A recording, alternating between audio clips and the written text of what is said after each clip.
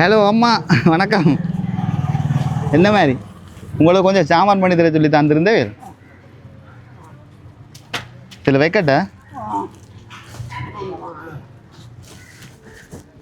ஐயோ தாங்க உங்களுக்கு சாமான் பண்ணி தர சொல்லி தந்திருந்தேன். பத்மான்னு சொல்கிற ஒரு பேரில் தான் உங்களுக்கு தந்திருக்கணும்.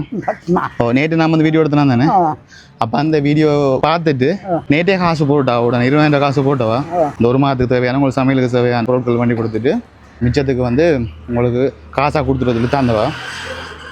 மிச்சம் 5,000 ரூபா காசாயும் கொடுத்து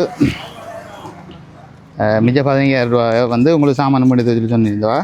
இந்தாங்க பாருங்க நீ பாருங்க சரியா இருக்காண்டு. சரி சரி. அப்போ நேற்று நான் வந்து உங்களை நீங்கள் இதில் இருக்க நான் வீடியோ எடுத்தேன்னா எடுத்த உடனே போட்டா காசு நாளைக்கு வேண்டி கொடுங்க நான் போட்டு வந்தவா. பத்மான்ற பேரில் உங்களுக்கு உதவி செஞ்ச மாதிரி இருக்கு. இந்த உதவியை செஞ்சவாக்க நீங்கள் ஏதாவது சொல்கிறேன்னா சொல்லலாம்.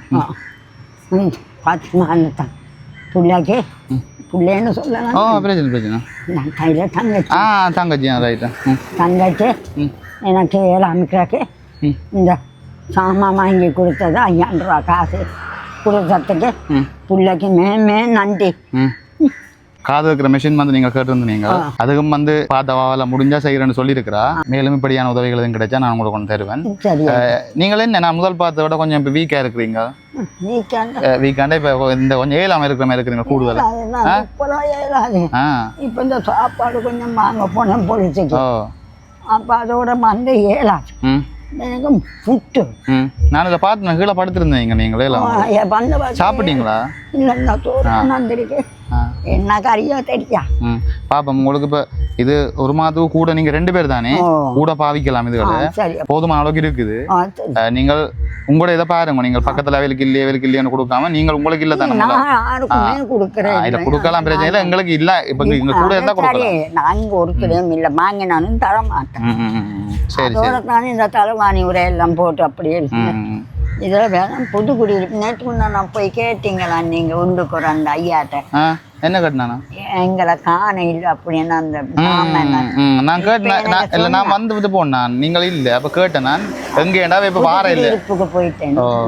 அப்படி சரி. நீங்கள் வடிவா இதுக்குள்ள அந்த குடிக்கிறதுக்கு அந்த மாவும் கிடாக்குது சீனிலாம் கிடாக்குது அங்கர் வண்டி. நான் இப்போ என்னோட பாப்பேன். நான் திரும்ப காசு போட்டா உங்களுக்கு நான் அந்த செஸ்டோஜன் ஒன்று பண்ணி தரேன்.